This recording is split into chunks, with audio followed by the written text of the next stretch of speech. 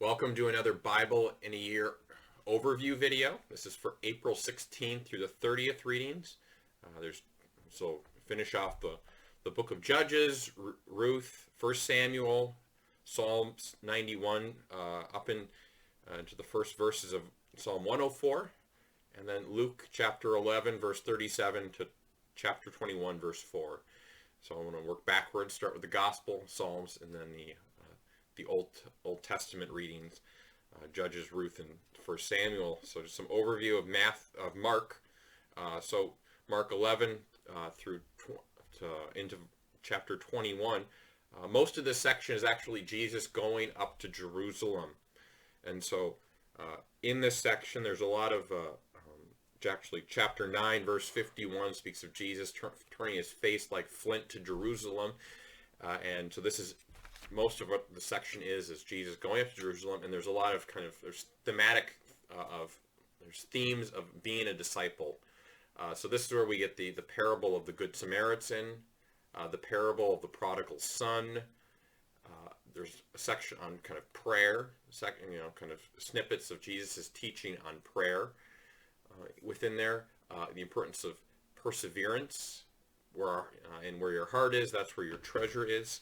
And it kind of culminates in that section with they get to Jericho, and there's a blind man who believes he's blind, but he recognizes who Jesus is, and then Zacchaeus. So kind of it ends right before Jesus gets up to Jerusalem. They go to Jericho, and so the blind man and Zacchaeus, a tax collector who cheated people, has this conversion, and so they've been they're kind of models of how we're to respond as followers of Christ. And then Jesus enters into Jerusalem and kind of gets into Jesus' kind of Holy Week. You could say the last week of Jesus' life, and so begins some of the discussions and stuff, arguments Jesus has with some of the Jewish leaders, or at least the ones they start with him. So that's the gospel, and then next time the set of reads will move into the Passion, Luke's account of the Passion, Jesus' suffering, death, and resurrection.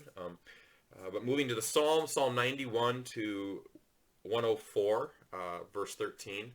Really, these section of Psalms, there's a lot of praise within them, thanksgiving, kind of this hope. There's a lot of hope.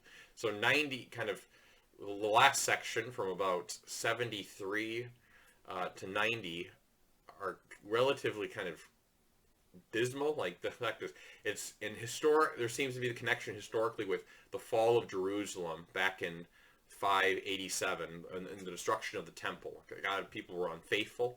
Now it's kind of like they're coming back. There's this return from the exile.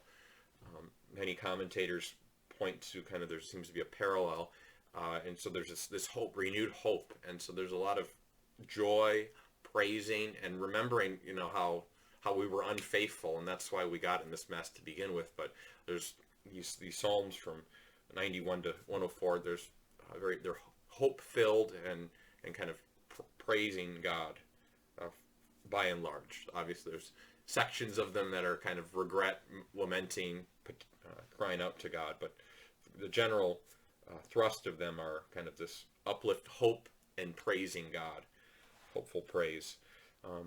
Moving on to the first reading with Judges, so beginning with Judges chapter 9. So we get, and then we'll finish Judges, Ruth, and 1 Samuel up to chapter 16. But we'll see here in Judges, things are going to get worse. All right, they get worse till it gets better. So Judges, there's a number of kind of minor judges. They're just kind of briefly mentioned, and it's maybe a paragraph, and there's not much story. But there's a couple of them that come up of Jephthah. He makes this vow of like, well, if I win, Lord, then whatever comes out and greets me, I'm going to sacrifice it. And it ends up being his daughter, his only daughter. And he, instead of kind of saying, yeah, I didn't, instead of recognizing I made a bad promise or I need to understand that doesn't mean person, human sac. So we see like there's this twist. Well, I made this oath. I have to. It was a bad oath, or did you really mean you sacrifice your own person? And then Samson follows shortly thereafter, and so there's a couple chapters devoted just to Samson, beginning on chapter 13. And Samson, all the children's Bibles and stuff show him as like strong and all, but he's not really that virtuous. All right, it's one of those. He's a womanizer. He's angry. God seems to work through him. He's appointed judge, but let's just say he doesn't necessarily isn't very just. And then the Delilah, where he gets ensnared and is captured by the Philistines. But let's just say Samson is not a very virtuous person, a judge.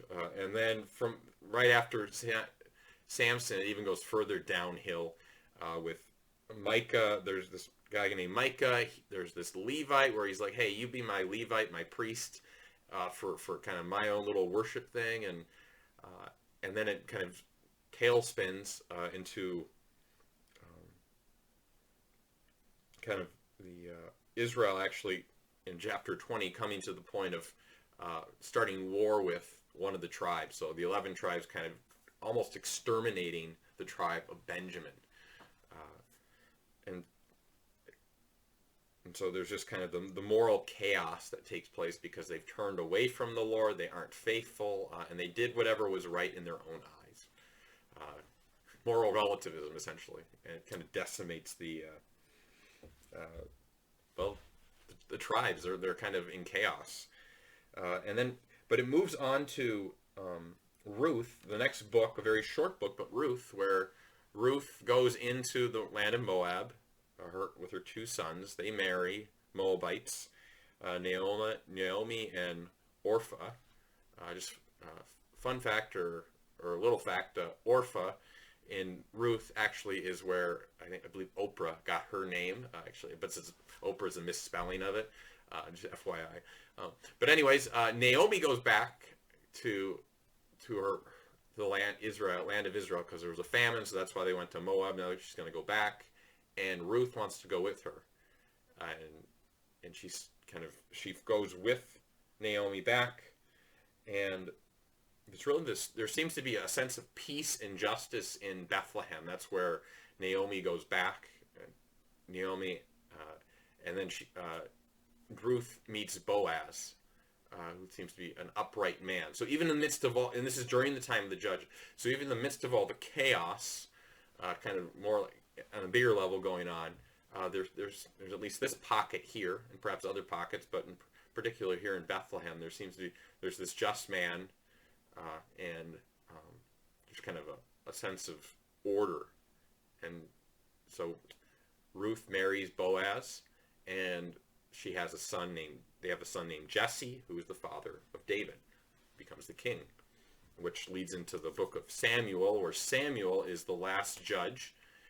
His mother Hannah begs to have a child. She's childless, and then she's granted one, and kind of offers Samuel to the Lord to be kind of minister in the tent, the tabernacle in Shiloh. But there's that famous call of Samuel in chapter 3, where he thinks Eli's calling to him, and it's really the Lord. And Samuel says, "Speak, Lord, your servant is." Samuel eventually is told just to respond, "Speak, Lord, your servant is listening." And there, it's in particular, the Lord reveals to Samuel. You think, okay, normally the story just ends there. We think, oh, speak, Lord, your servant. But actually, what God tells Samuel is, Eli, the priest there, he and his sons, they're gonna have the priesthood taken away from them because he's not disciplining his sons, and his sons are taking the good portions that should go toward the sacrifices, and they're committing immoral acts with some of the women. And so Samuel has to, next morning, Eli asks Samuel, what did God tell you? And Samuel's like, God said your house is going to be destroyed. Not a very kind of enjoyable message probably to have to share with Eli, but Samuel does. And then shortly after, the Israelites are in battle with the Philistines, and they decide to take the ark out as kind of a good luck charm. Like, hey, we got the Ark of the Covenant. We're going to win. We can't beat them, but we have this ark. We're going to bring the ark out, and they lose the ark. It gets captured by the Philistines. And so God's not going to be manipulated. The ark is recovered. And then there's this movement of Israel asking for a king. We want to be like other nations. We want to be like other nations. And so they're really rejecting the Lord. And so God appoints Saul as king. And one aspect, Saul's from the tribe of Benjamin. Now in the book of Judges, we just heard that Benjamin was almost exterminated. So there seems to be a sense of God is choosing from Benjamin because it's like, well, what threat does that tribe have of having the king come from? They're so small; they almost got wiped out. And so I mean, the fear of one of the tribes having the kingship could be that tribe's going to think they're more powerful than all the other ones. So that's why it seems that tribe from Benjamin gets taken, Saul from tribe of Benjamin. But we see that Saul, though he has some good qualities, he also has some bad qualities. He's harsh in terms of he requires certain fasting for his tribe. His army is like, hey, we want food. And he says, no, we need to fast. And it's like, it's kind of over the top. He's harsh. God tells him to destroy the Amaleks. And Saul thinks, hey, I know better than God. You know what? We'll wipe out most of them, but the best stuff we'll keep and we'll bring it to the sanctuary where the tabernacle is. Yeah, we'll offer it as a sacrifice. And Samuel comes out and says, Saul, obedience is better than sacrifice. The idea of God told you to do something and you decided, well, I think I know better than God, and so I'm not going to do what you tell, but I'm going to give a really good gift. No, God wants obedience first and foremost. That's the best sacrifice. It needs to be the foundation of any other kind of visible sacrifices to be actually pleasing to God. So God says tells Samuel, okay, well, Saul, he's not going to have the kingship for long, all right? So go anoint David. And so that's where we kind of end, where David gets anointed, and we'll move forward. That ends in chapter 16. David get anointing, and we'll hear more about David's rise to the throne, or kind of conflict, him and Saul, and then his ascent to the throne, and what entails then. So God bless. Oh, continue to send your questions. All right. So of any questions you have and stuff, I'll get to them if you. So at the end of for this one, April 16th to 3, any questions and stuff, email me right away in early May, and I'll get a video kind of just going through those questions. God bless.